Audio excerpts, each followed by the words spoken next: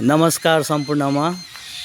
आज हाम्रो राष्ट्रपिता महात्मा गान्धीज्यूको 156 जन्म जयन्तीको अवसरमा हाम्रो यस दलमर दाजुभाइ संघको कार्यालय दलमर गारो बस्तीमा अवस्थित कार्यालयमा उहाँको जन्म जयन्ती मनाउन गइरहेका छौँ र यहाँ देख्न सक्नुहुन्छ हाम्रो संघका सदस्यहरू आफ्नो स्थान लिएर जन्म जयन्ती उत्सवलाई मनाउन उपस्थित भएका छौँ र साथै आज हामी एउटा सानो स्वच्छ भारत अभियानलाई प्रमोट गर्दै एउटा सानो क्लिननेस ड्राइभ पनि आयोजना गरेका छौँ र यस जन्मोत्सव मनाउने कार्यक्रम पश्चात हामी त्यो क्लिननेस ड्राइभलाई अगाडि बढाउनेछौँ र म हाम्रो संघका प्रेसिडेन्ट गौतम बस्नेतज्यूलाई हाम्रो बापू राष्ट्रपिताको हाम्रो संघको खदा अर्पण गर्दछु। धन्यवाद। यस जन्मोत्सव मनाउने क्रममा अगाडि बढ्दै जाँदा हामी उहाँको पुष्प अर्पण गरी पनि उहाँलाई राष्ट्रलाई स्वतन्त्र बनाउन ठुलो भूमिका निभाउनु भएकोमा र यस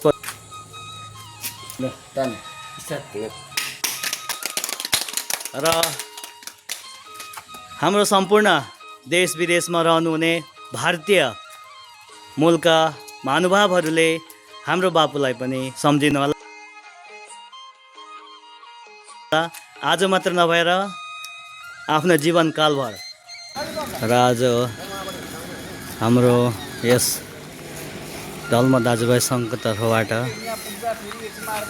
एउटा सानो क्लिननेस ड्राइभ जसमा हामीले हाम्रो भारत सरकारद्वारा 2014 प्रस्तावित स्वच्छ भारत मिसन यानी स्वच्छ भारत अभियानलाई प्रमोट गर्दै आज बाटो छेउछेउ झाडीहरू सरसफाइ गर्दै तथा भएका फोहोरहरू प्लास्टिकहरू टिपेर एउटा हाम्रो गाउँठाउँलाई तथा हाम्रो कार्यालय अगाडि बढाइरहेका छौँ र अभियान निरन्तर चलिरहेको देख्न सक्नुहुन्छ र हामी यसै भिडियो मार्फत तपाईँहरूलाई सन्देश दिन चाहन्छौँ। भरसक तपाईँले सक्नुहुन्छ भने प्लास्टिकको प्रयोग कम्ती गरिदिनु होला, जसले गर्दा हाम्रो देशभन्दा पनि हाम्रो पृथ्वी नै प्रदूषित भइरहेको हामीलाई महसुस भएकै हो।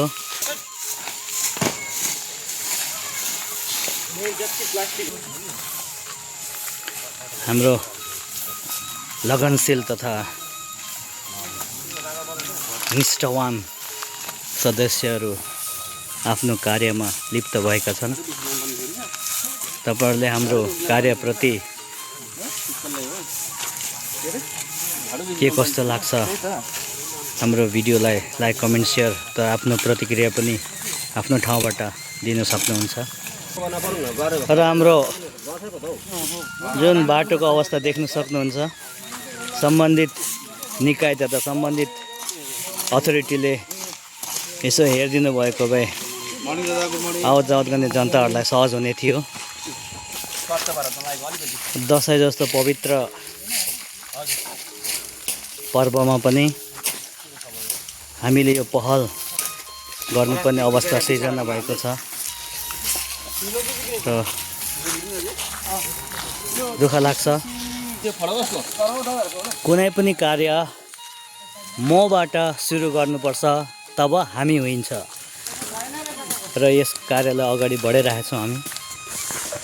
सम्पूर्ण जनताहरूलाई पनि एउटा सभ्य नागरिकको परिचय दिनुहोला।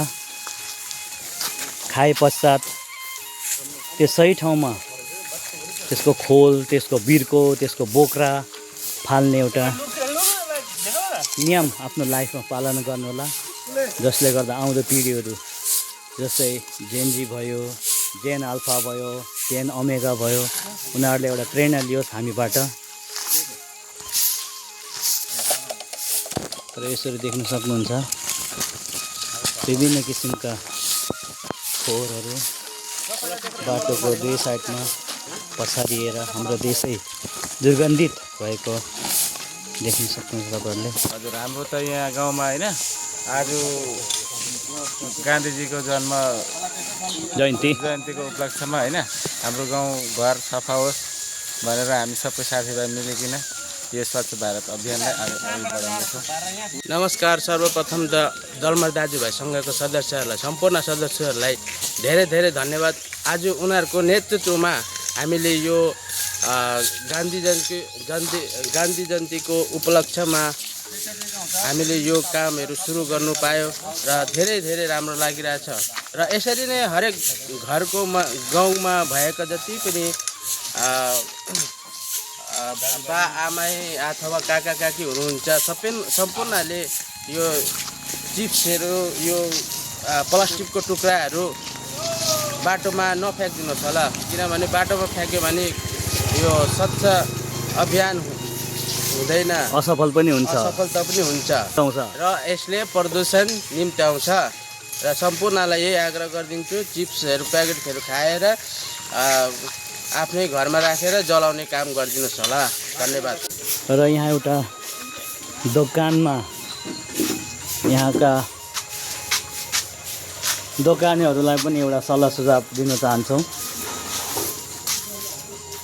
आमै बा, यसो तपाईँहरूले पनि एउटा बाहिर नि एउटा बोरा पनि झुन्ड्याइदिनुहोस् न, यसो यो फोहोर राख्नुको लागि। खाएर यसरी फ्याँकेपछि अलिक नराम्रो देख्यो तपाईँको दोकान पनि होइन। हजुर, बोरा एउटा यसो फोहोर यसो राख्ने नि, गन्दगी यहाँनिर यसो झुन्ड्याइदिँदा यसो नानी हो यहाँ राख्ने, तपाईँहरूले खाइसक्नु यसरी के को अब यो खोलहरू हुन्छ नि तपाईँको, त्यसो गरिदिनुहोस् न है। तपाईँलाई बरु हामी पुरस्कृत गर्नेछौँ। र यहाँ फोहोरको थुप्रो देख्न सक्नुहुन्छ, यसलाई पनि हामी यो सुकेपछि जलाउने कार्य गर्नेछौँ। र यस बाटोमा भर्खर पेवर ब्लकको बाटो बनिसके तापनि यसमाथि बलुवाहरू जम्मिएर यातायात गर्ने सानो दुई पहिया स्कुटीदेखि बाइकलाई जोखिम भएकोले माथिको बलुवाहरू हामी हटाउने कार्य गरिरहेका छौँ, देख्न सक्नुहुन्छ। त्यसले गर्दा यहाँ स्किटिङ हुने सम्भावना र ज्यानको जोखिम पनि देखिएको छ। र यसरी हाम्रो कार्य चलिरहेको छ। रोगको थुप्रो यस प्रकार रहेको छ। यस अभियान अन्तर्गत बाटो सरसफाइ अभियान चलिरहेछ। हाम्रो गाउँघर आफै सुन्दर बनाउँ, बाहिरी व्यक्ति आएर हाम्रो यस महान पर्व बडा दसैँ तथा आउँदै गरेको शुभ दीपावलीमा पनि बाहिरीबाट आउने महानुभावहरूले हाम्रो गाउँलाई स्वच्छ देख्दा हामीलाई पनि गौरवान्वित हुन्छ, हाम्रो प्रशंसा गरून् भन्ने हाम्रो धारणा हो।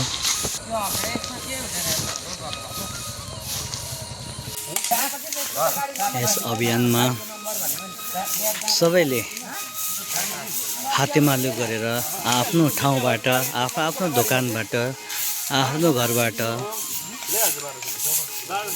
यस स्वच्छ भारत अभियानलाई प्रमोट गर्नुहुन पनि हार्दिक अनुरोध गर्न चाहन्छौँ।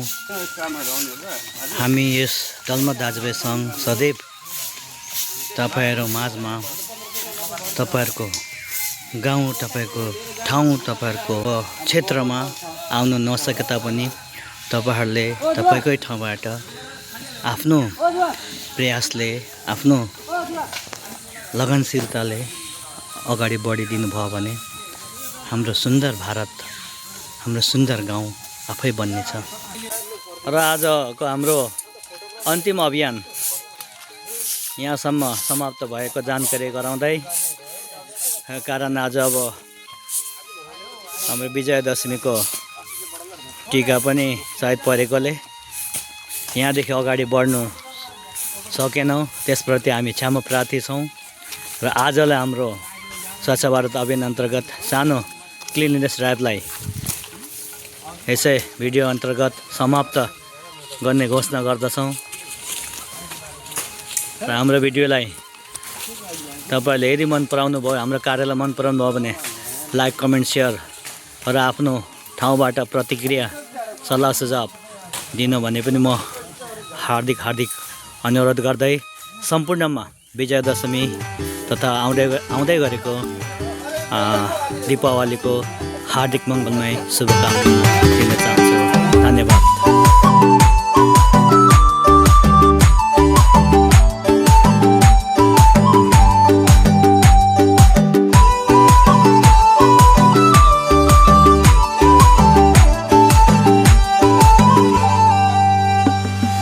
आउँथ्यो दसैँ आउन तपाईँले